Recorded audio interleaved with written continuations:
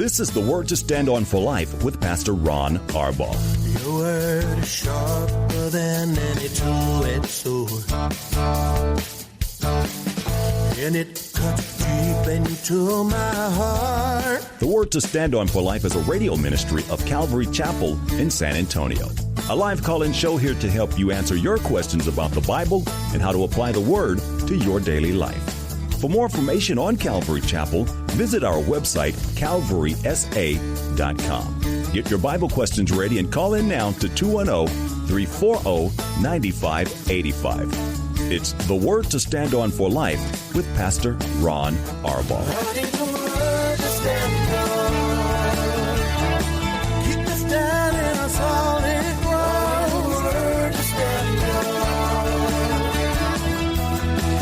Welcome to the show. Thank you for tuning in. I'm Pastor Ron Arbaugh from Calvary Chapel in San Antonio, Texas, and this is the Date Day edition of the Word to Stand On for Life, a program dedicated to taking your phone calls and answering your questions, Bible questions, stuff in your life questions, whatever's on your heart. You need only to dial 210-340-9585. If you're outside the local San Antonio area, you can call toll-free at 877-630-KSLR. That's 630-5757. You can email questions to us by emailing questions at calvarysa.com, or you can use our Calvary Chapel mobile app. And if you are driving in your car, the safest way to call is to use the free KSLR mobile app. Hit the call now banner at the top of the screen, and you will be connected directly to our studio producer. Thursdays are special for me because that means every Thursday I have the prettiest girl in Texas sitting in my office. Welcome to the show. Thank you. Thanks for hanging out with me. You're welcome. When you walked in, what did I say? Did you look that cute all day? I said yes, but then, and then I was thinking, well, why are you asking me? Haven't you been looking at me? Well, we were together all day except for the last, hour and a half. No. You've been gone a long time. I left you off today at 1. So, yeah, I missed you. But not all that much because I was kind of mad. You want to know why? Why? You didn't sound like you missed me. No, I guess maybe I didn't as much as I should have. But no, I'm just messing with you. But why I'm mad is because many years ago, Amos 3:3, you said, how can two walk together unless they have agreed to do so? Okay. So when we were on vacation those many years ago and they called us, they do the radio program, you said we be happy to without even saying anything to me. So I've forgiven you for that. But here's why I'm kind of mad, because when...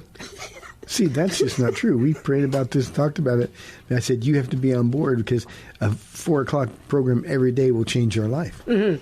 Okay, so I'll repent of that one. But what did I say the very first show? Don't ask me anything. Don't ask me anything. And if people don't call in and ask a question... What did I say? That's good, right?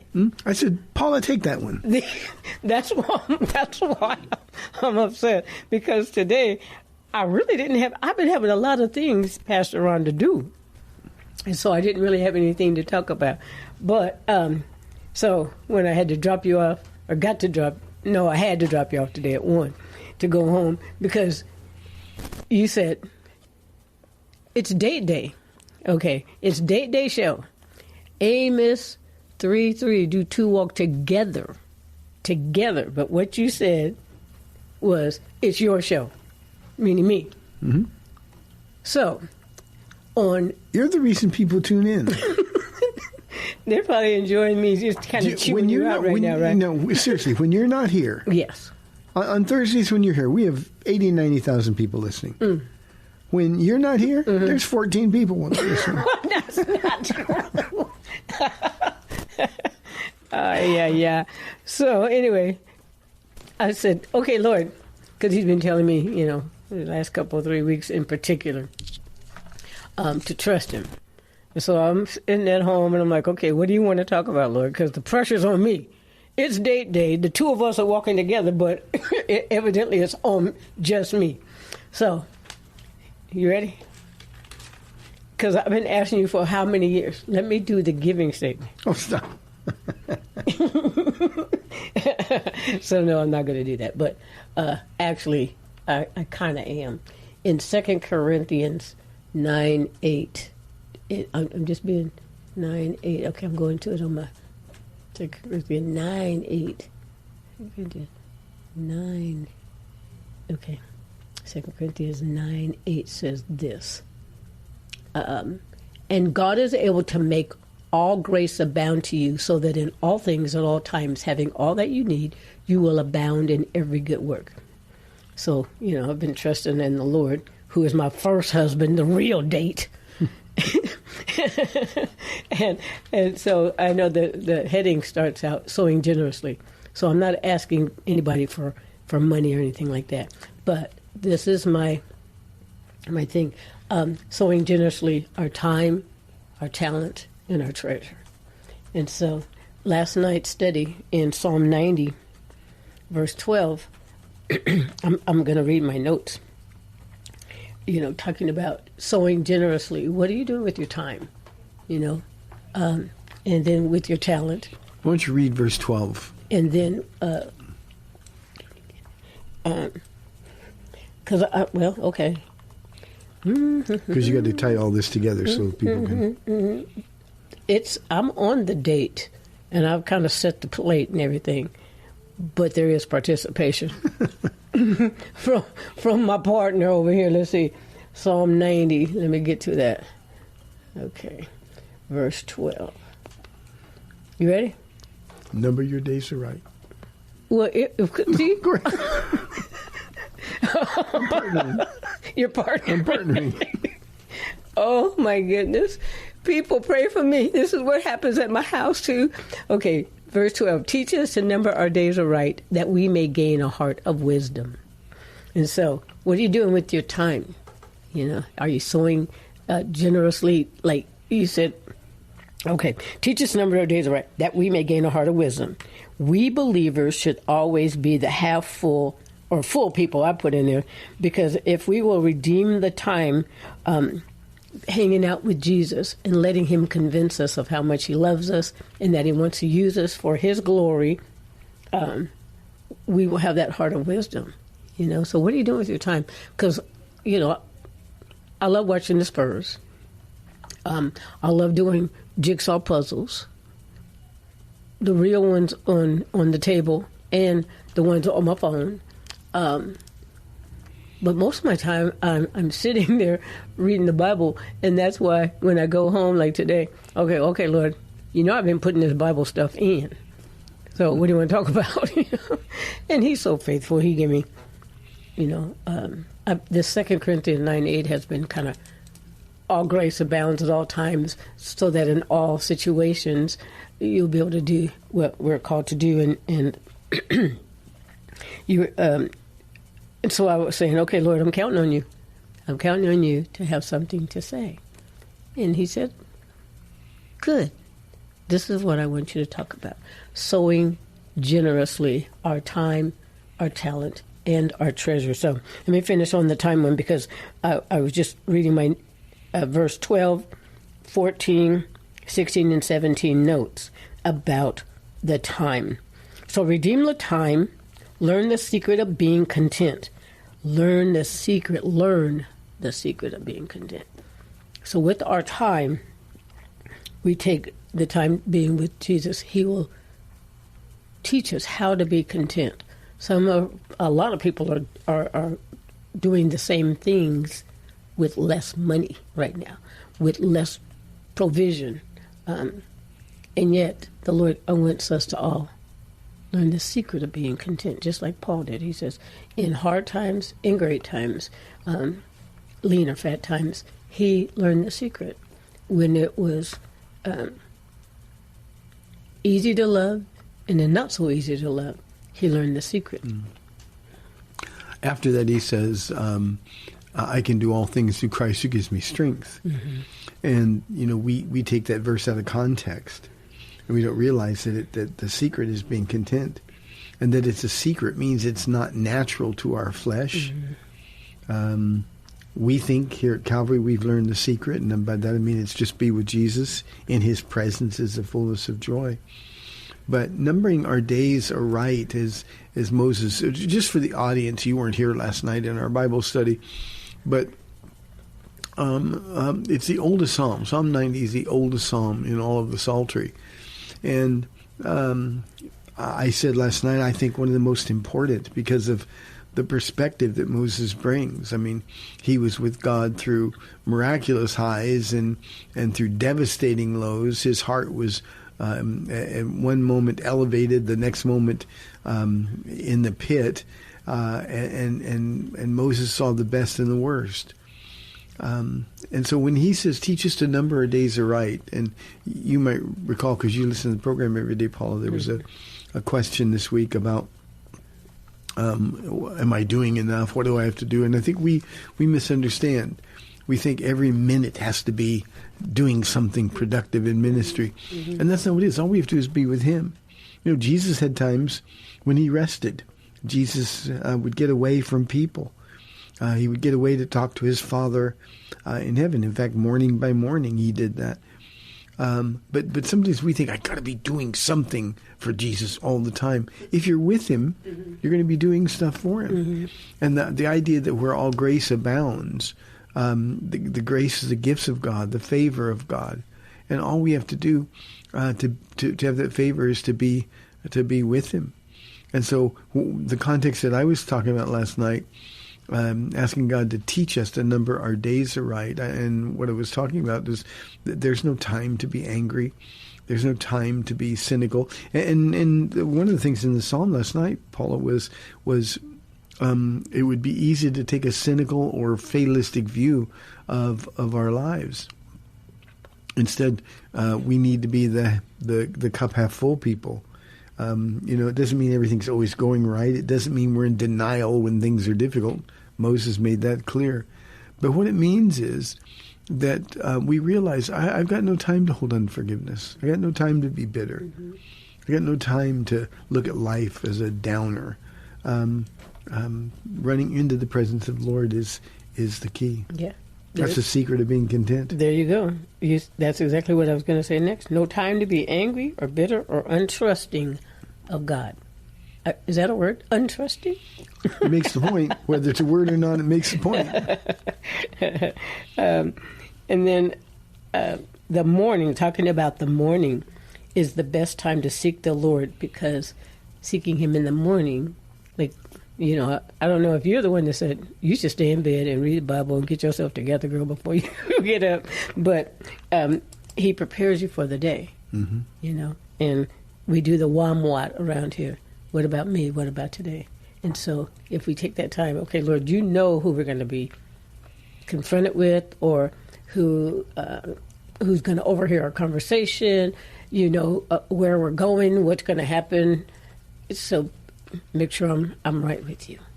So I love that part. And then in verses 16 and 17,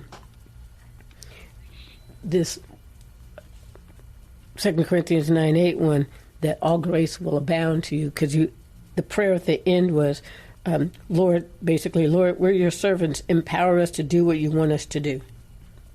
And he says, I already have. And you said that too in the study. Whatever the Lord allows in our life to come, we are prepared for it.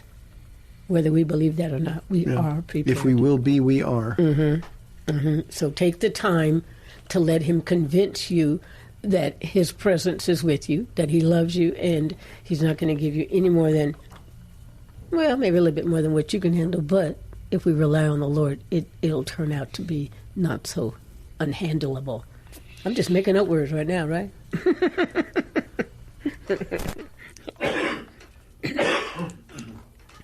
Okay, we're on radio time, and sometimes I stop talking, and the people are like, hello, are you there?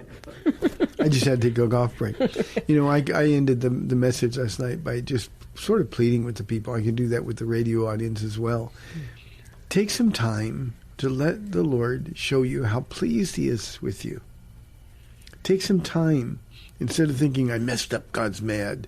Take some time and do it in the morning. People say, well, I'm not a morning person. Get over yourself. Mm-hmm. God knows what's going to happen every day, and we need to check in with, if Jesus needed to check in with him morning by morning, how much more do we need to check in with the Lord? Go to bed a little earlier, wake up a little bit earlier, but do whatever you have to do to get into the presence of the Lord.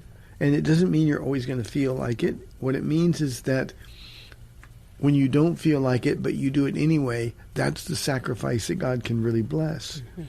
So I think it would give us a whole new perspective on who we are to him. You know, we're critical of ourselves. We can be critical of others. Yeah. But if we spend time with the Lord, he's going to tell us, you're doing great. You know, you're making me smile. Mm-hmm. And those are the kind of things that we don't really believe. And that goes back to when I said we don't have time in these last days not to trust him. We don't have time to give in to fear. We don't have time to be anxious about things.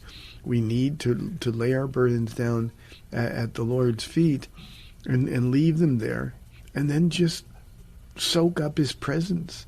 And when we do that, that's when all of the answers come. So that was the study last night. I originally intended, as you know, to do Psalms 90 and 91. I'm so glad you didn't, though. Just I really too rich. Am. And Psalm 91 is even better. So I know, I can't wait. Well, I can't wait, but time is flying by so fast. You said that in the study, too. Yeah, that next Wednesday, you'll be here before we know it. So, yeah. And then you asked this question, and it was, Lord, what's my attitude like? Am I one that people want to be around? And with all Christians, people should want to be around us. We should demonstrate hope and peace and joy, and that's going to be another part of my thing. So, talent. So we talked about our time. We don't have to be 24/7 in the Bible. We don't, it's Jesus with us. He's praying for Wimby. Somebody asked me that last night. Oh, are you praying for Wimby? Oh, yeah, me and Jesus. We're praying for Wimby to be okay. But here's a question. The next part is talent. So, what's the difference between natural ability versus talent?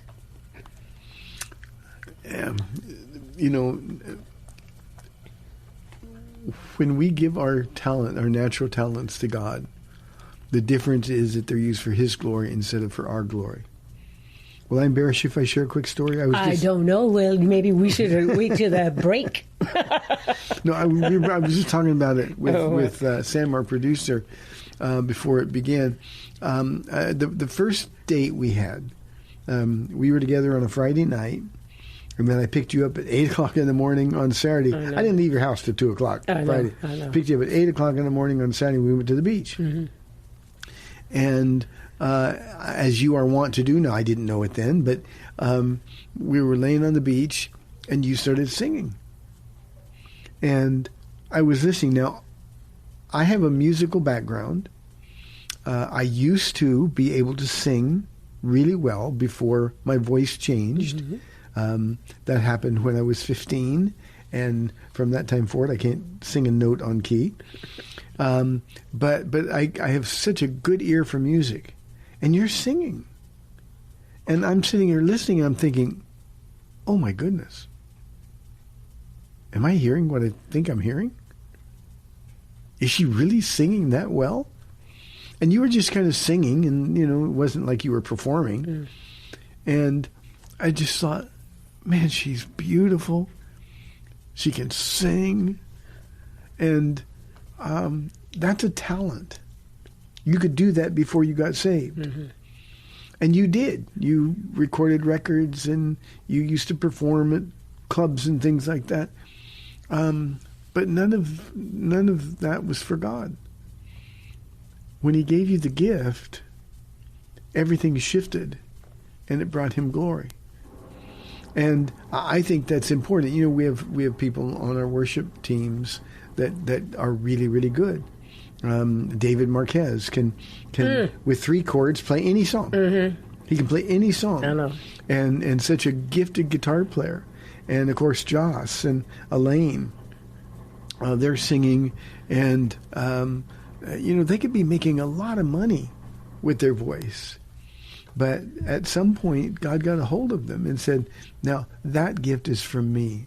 It's to be used for me from this point forward. Mm-hmm. And I think that's the difference. It's not that, obviously I don't stand up on the worship team. I always pray, oh Lord, okay, I'm going to stand on this keyboard. Give me the gift of playing the keys. But it's one of those things where I don't have that. But you can air drum like a fiend, Pastor Ron. I can drum. Mm-hmm. But nobody will let me close to the drums. No. So it's like 13 or 14 people in line before you. Yeah. But the point is that we want somebody to be talented. You know, if somebody auditions for the worship team and they sing like I do, we're going to find a really nice, loving way to say, hey, thanks, but no thanks. Can you play piano? Yeah. But when that gift is used for God's glory, that's when it becomes a gift. That's when all grace abounds. And I think sometimes we try to make too fine a distinction between what I can do naturally and what God can do. Now, other gifts are supernatural. God doesn't need our talents to do some things. I was given the gift of teaching, discerning, understanding the Bible. That all came from the Lord. So he ought then to get all of the glory. And I think that's the difference, that we have to be really, really careful about it when we think, well, I can do this. And one of the things, and you and I've talked about this at length in the past, Paula, I think too many people just want to show off, want to sing or play, and get the attention on a lot of worship teams. And then it ceases to be worship. Mm-hmm.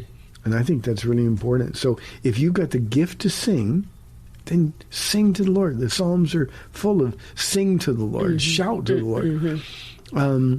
If you've got the gift of administration, then use it for the Lord's glory. Mm-hmm. If you've got the gift of teaching, then go to the kids' ministry and say, what can I teach these kids, Lord? but just use the gifts for God. And I believe, as you know, he will expand our gift portfolio, such as it is. So I just think that's really important, and we try to do too much in our own strength or in our own abilities, when in fact the reality is that if we're doing it for the Lord, he's going to provide exactly what we need, and he's going to provide the gifting for it. So, okay, yes, because, and you can tell in the audience, Paul and I are struggling with a cough going around right now. So we're playing tag team with it, and now we both have it. So talking about the worship team, some of us on the worship team can sing, but didn't want to be seen performing, so we wouldn't even sing out. You know, it's kind of like, can I stand behind the back wall and you guys still can microphone me, but I don't want to be seen, because having been a performer, we don't want to do that now for the Lord, so he wouldn't sing out. And the Lord had to say, no. You used to sing out for the heathens. Sing out for me. And so, thank you for natural ability versus talent. Yeah, we got kind of a heartbreaking email. We'll deal with it on the other side of the break, Paula. Mm-hmm. So we are inside of 2 minutes now. So what do you want to do to wrap up this? I got to talk about treasure. Okay. I got to talk about treasure. Sowing generously. And the treasure is, I thought of the gifts of the Spirit. Love, joy, peace, patience, kindness, goodness, gentleness, faithfulness, and self-control. Are we sowing generously with our treasure? Because I didn't want to make this about finances and stuff at all, because Pastor Ron won't let me do the giving. But no, we've managed. We're July will be 14 years on the radio program. We've managed never to ask for any money, so we don't want to go there. We don't ever. But yes, so the gifts of the Spirit, that's our treasure. You know, the Lord has empowered us and imbued us. Is that the okay?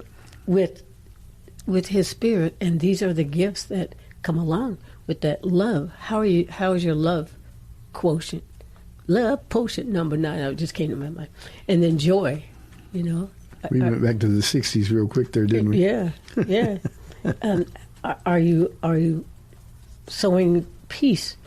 Are you sowing patience? I am not the most patient person, and but I have that gift, and so am I sowing it generously? Kindness, goodness, gentleness, faithfulness, self-control. Yeah. After we get the question, maybe we'll come back to this because Okay. I think the idea of sowing generously is important. Hey, we've got 30 minutes left in the day edition of the program, 210-340-9585. We'd love your calls, questions, or comments. We will be back in 2 minutes.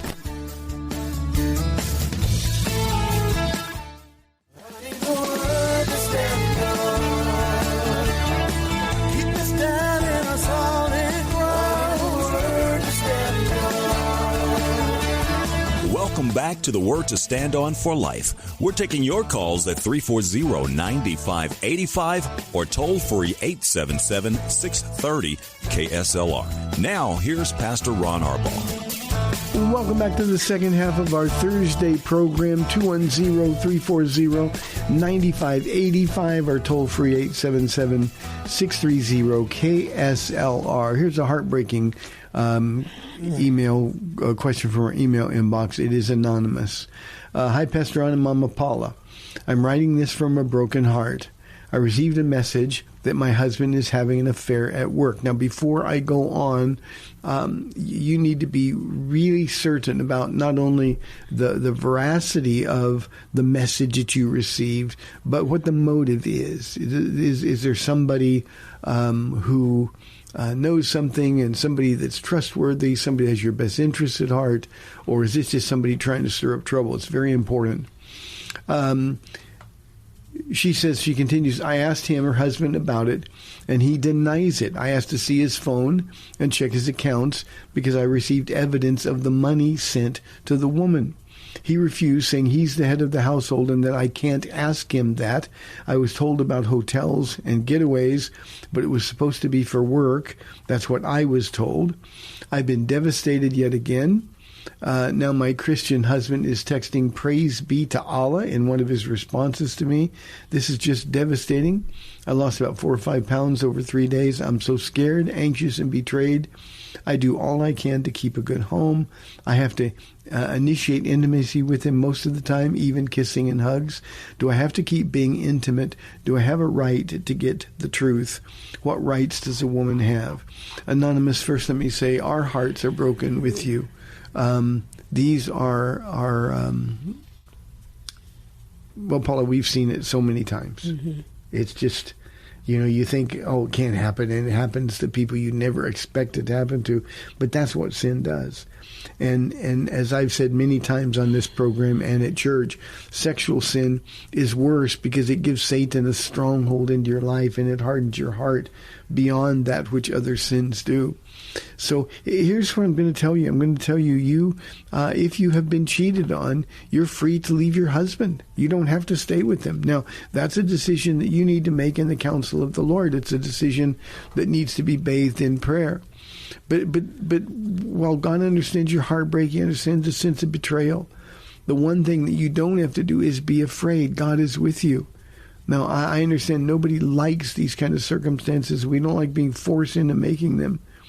But you now are free.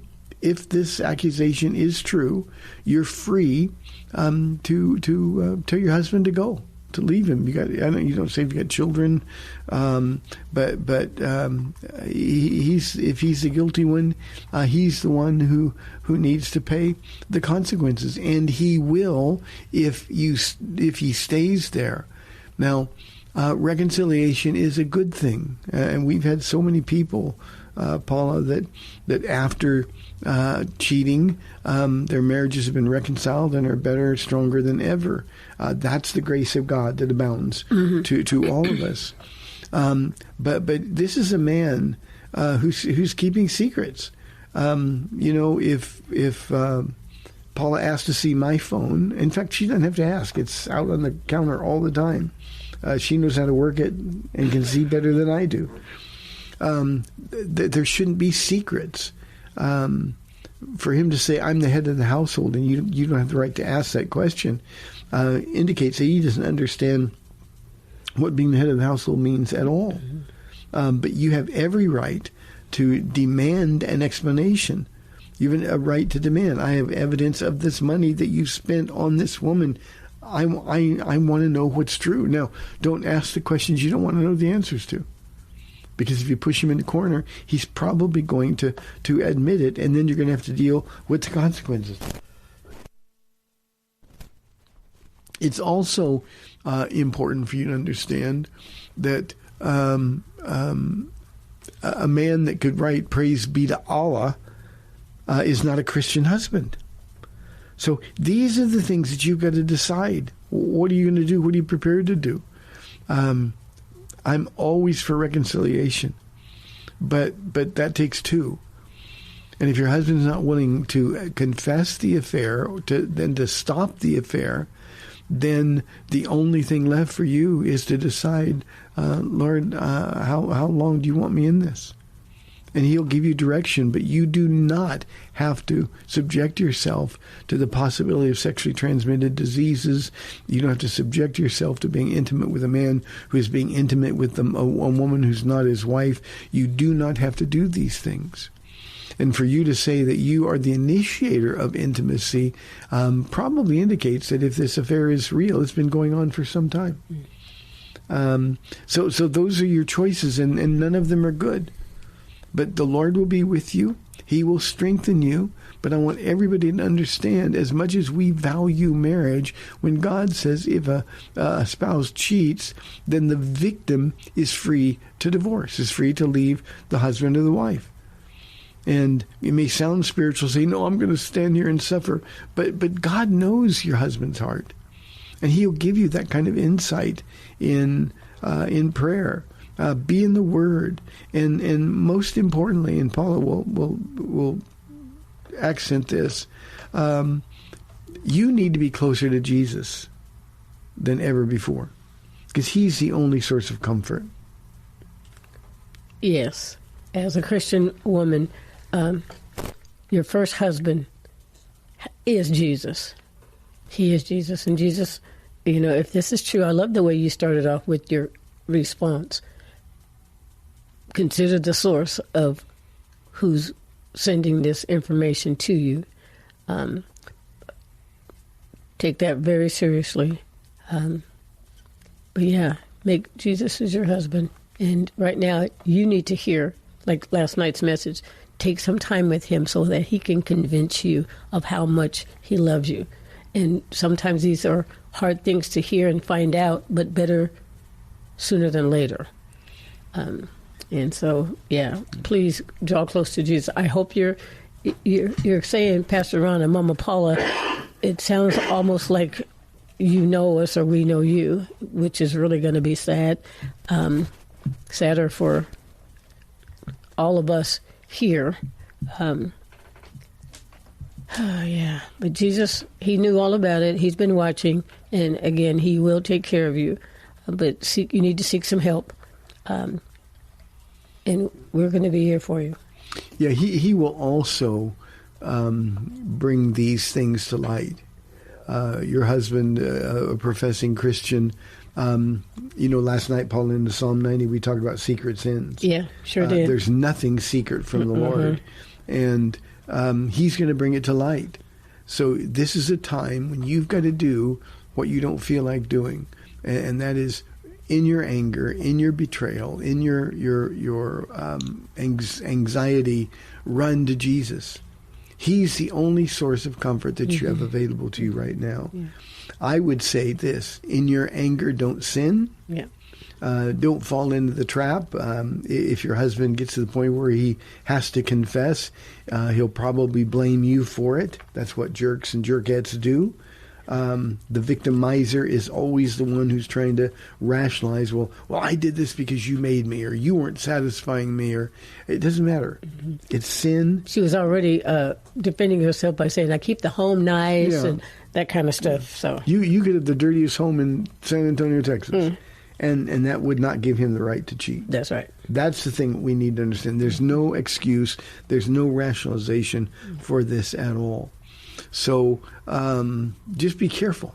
Just be careful. Don't dig any deeper than you need to dig. But you have every right to demand an answer. And the fact that somebody would say, I'm not going to let you look at my phone. I'm not going to. He's probably deleting his phone since you had the conversation, all that stuff. Mm-hmm. But that's what people who are hiding secrets do. And you have every right to be answered honestly. Yeah. But again, I'm cautioning you. You need to be ready for the answer. If your husband was sitting with me and he was denying it, I'd say, "Tell me then what you meant by praise be to Allah." What does that mean? Mm-hmm. Are you making fun? I know it's devastating. I know you're afraid. I know you feel betrayed. There's life after this, glorious life after this, with the same man. When you repent, when he repents, when you do things God's way. But the truth is, it takes two. He's got to be honest, and he's got to deal with this sin. And if he's having an affair, he's got to be ready to end it, period, no questions asked. So, again, your questions, you have to keep being intimate. The answer is no. You do not have to keep being intimate. You are now running the risk of a sexually transmitted disease. You don't have to share your husband with another woman. And you have a right to the truth, period. And I'm so sorry, and I will be praying for you. And if there's any way that we can help, we are more than happy to do that. Paula, we've got Kenny on line 1 from San Antonio. Kenny, thanks for calling. You're on the air. Thank you so much for answering me, Pastor Ron. I just wanted to ask you a quick question, and maybe both of y'all could give me some advice. And I was told, you have macular degeneration, and my mom has, she's 88 years old. I lost my dad last year, and I was so fortunate to be with him for the last year, so blessed. And now I've been taking my mom to get her eye shots, for the past 6 to 8 months, or she, every, I think, 8 weeks, every 2 months I take her to get shots. And now she's crying because her driver's license expires this next year. And I keep telling her, I said, "Mom, I'll drive you anywhere you need to go. I'm driving you now." And she's losing this, the independence. But she works in the backyard. She had hip surgery 6 months ago. She likes working out in the backyard. And so I got a one of those push button around her neck so if she falls. Yeah. But I said, "I'm here for you, Mother." And it's like she won't call me, and I've got brothers out of town, and I'm not complaining. I'm just here to serve because I was so blessed they served me, and so now it's my turn. Mm-hmm. And I just she maybe will call. I have to call her. And it's not out of fear, it's just saying hi, but sometimes she won't call for 5 or 6 days. So I'm just, she says, "I'm just taking the side roads." And I said, "I'll take you anywhere you want to go." And it's like, "No, I can do this." So I was just wanting to get maybe some counsel from you. And Kenny, can I ask you how old she is? 88. 88. She's 88 years old, and it's like I feel like she's got a ladies group or a garden club that the ladies come over, will pick her up, and but she lives in a 3,500 square foot home, 2-story by herself. And I was just telling her, I'm not trying to push her out, but she has hip surgery and she's walking up the stairs with a cane. And anyway, I'm just, I don't know. I'm just, she just is real. I've got this. I'm a strong-willed woman, and I don't want to move out of the house. I'll let you know when I want to move out of the house. Kenny, is she a believer?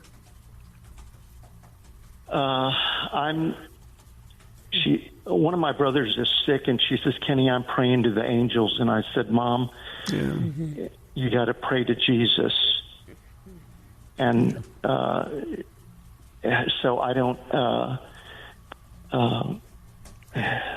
It's so hard, Kenny. I wonder, I'm wondering to me, my heart cries out to her, and then she talks about politics, and I said, Mom, Donald Trump didn't die for my sins. Please, don't look at the politics. Look, Jesus, he's our Redeemer. He died for my sins, past, present, and future. And without him, I wouldn't have another breath. And so if you could just lift her up in prayer. Her name is Sue. Okay. But Kenny, I will be praying for her, but let me give you just a little different perspective on things. And I'm going to ask you, because of my situation, I'm going to ask you to consider carefully the counsel that I give you. I do not have macular degeneration. Whatever I have, the doctors haven't been able to find out. It's been misdiagnosed a bunch of times over the years, and there's nothing they can do for me. And I haven't driven a car now in almost 30 years. And when I lost my driver's license, it was a big deal. I was shocked by the emotion that came out. I just wanted a real driver's license. And the lady said, well, I can give you a Texas ID card. I said, I promise you I won't drive. I just want a real driver's license. I need ID. And of course, they wouldn't do that. And it was more emotional than I can imagine. It's almost like, and I wasn't driving for a long time when that happened. But it was almost like I was a prisoner. I couldn't go anywhere. I couldn't do anything. And just, I didn't realize there was ego involved in it and all kinds of stuff. And I really had to wrestle with the Lord on this issue. So understand the difficulty your mom is having. Understand the impact of this. We've got people in our church getting shots, and it hasn't helped any of them that are getting the shots. But I think there's sometimes we just have to get to a place where we say, okay, Lord, I need to learn the secret of being content, whatever the circumstance. And I think, and Paula's here, she could look at me and frown if I'm not telling the truth. But I've learned the secret of being content, being unable to see. And now my eyes are getting so bad that reading is almost impossible for me, even with all of the tricks and stuff that the guys here have done for me. So understand how difficult this is for her. Now, the most important thing, your mom is 88 years old. She has a strong will. And if she dies, Kenny, she's going to hell. And so this isn't about, well, God has forgiven my sins, past, present, future. Mom, you need Jesus. Mom, you're going to meet Jesus as friend or foe soon. I mean, just do the math. You're going to meet him as friend or foe. And how are you going to explain to him that you should go to heaven? And just the gospel. Now, she may resent you for it, Kenny, but that's okay. You're tough enough to deal with that. But you've got to be gospel focused, because the only message that has any value, the only message that can sustain her through the difficulty that she's having and going to have, is the message of salvation through Jesus Christ. I know how difficult it is, how awkward it is to talk to people in the family that don't want to hear about it anymore. But all you can do is be the messenger. And you have no responsibility for how she accepts the message. Just remind her constantly, Mom, I can't imagine getting to heaven and you not being there. But that's what's going to happen if you don't give your life to Jesus Christ. And if she doesn't want to talk to you, it's okay. If she doesn't call you for 5 or 6 days, you call her every day. And if she doesn't answer your calls, leave a message. Mom, I love you. The Lord loves you. I just want you to know you're in my prayers, and I'm thinking about you. That's all you have to do. And let the Holy Spirit do the work and pray. And Kenny, I don't say these things lightly. I will be praying for your mom. And I know we've got a lot of people that pray listening to this program in our audience. And so others will be praying for Sue. But her problem is not the lack of freedom from not being able to see, the lack of freedom from being bound to sin. And 88-year-olds can be bound to sin. Mm-hmm. So I think that's the most important thing. Don't try to do any more than you can do. And remember the priority of your ministry to her. Taking care of her, driving her places, doing the things that she asks you to do. All that's your obligation as a son. But the obligation you have above all other obligations is to tell her that she needs Jesus. And you live it. The Lord loves her more than you do, and he will chase her to the very end. So thanks, Kenny. But Paula, you know, my eyesight struggle has gone on now for 30 years. Mm-hmm. And just this week, you were driving me back from an appointment, and it was raining. And I made the statement, I used to say, Paula, I could drive if it was an absolute emergency. And in that car this week, I said, Paula, we have an emergency. I cannot drive. I mean, that's how dangerous it is. I know. But you see, that's what the Lord has done for me. I wouldn't have come to that conclusion on my own. I'd have been the one in the car putting my life at risk and everybody else's life at risk. Mm-hmm. And I gave up driving begrudgingly. But when it came time, when I knew that it was dangerous, mm-hmm. I've driven a car almost 30 years since. Mm-hmm. So except the Tesla. Yeah. Yeah, my principal has a self-driving Tesla. He let me drive it one day. Mm-hmm. He says, all you got to do is keep your hands, occasionally touch the steering wheel, mm-hmm. but it does all the work. Mm-hmm. So. And he was in the car with you, so, yeah. You weren't by yourself. You want to add anything? Yeah, you know, Kenny, we were talking about the boldness. One of the questions yesterday was boldness in sharing. It's not getting in somebody's face and saying, you know, turn or burn kind of a thing, but a confidence that the Holy Spirit will help you. Your heart is breaking over your mom, but he wants you to be bold and stand up and stand firm. You're the son, yeah. And sometimes we're like, that's my mom, you know, I have to, but it's your mom that you want to have in heaven. It's your mom. And right now, you're younger. Yeah, you're still the son, and you want to be honoring and respectful, but you need to, it's time to stand up and be bold, confident in the Lord and confident in that message to your mom. So that's all I could add.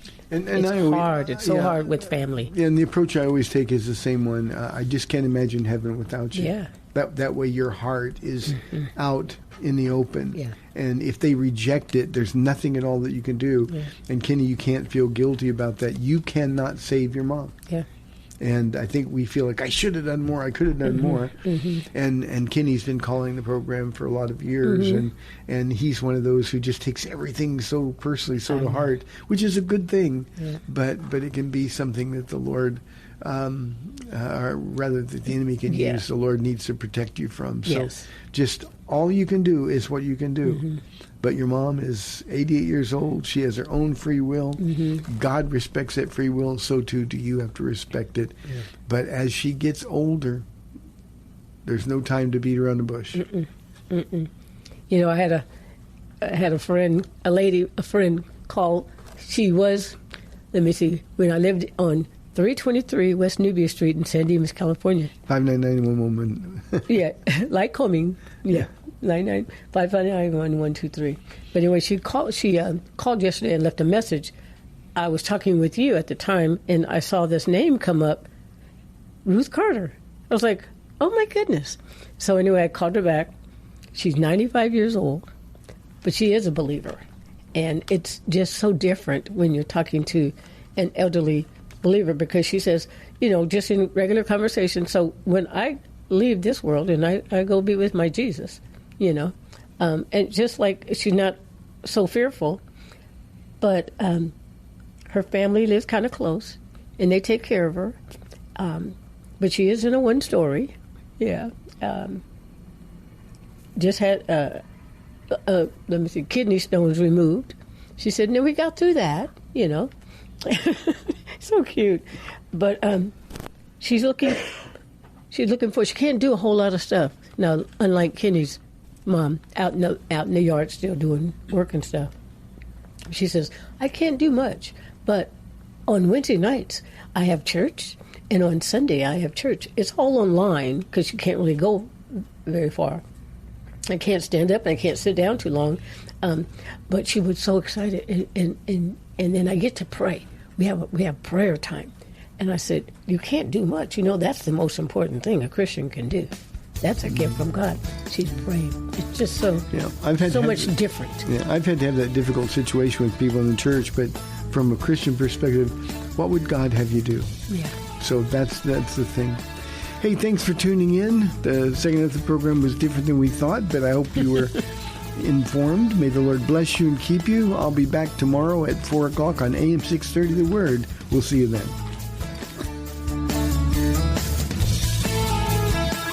Thanks for spending this time with Calvary Chapel's The Word to Stand On for Life with Pastor Ron Arbaugh. The Word to Stand On for Life is on every weekday afternoon at 4, and Pastor Ron invites you to find out more about Calvary Chapel at calvarysa.com. The Word to Stand On for Life was sponsored by Calvary Chapel of San Antonio.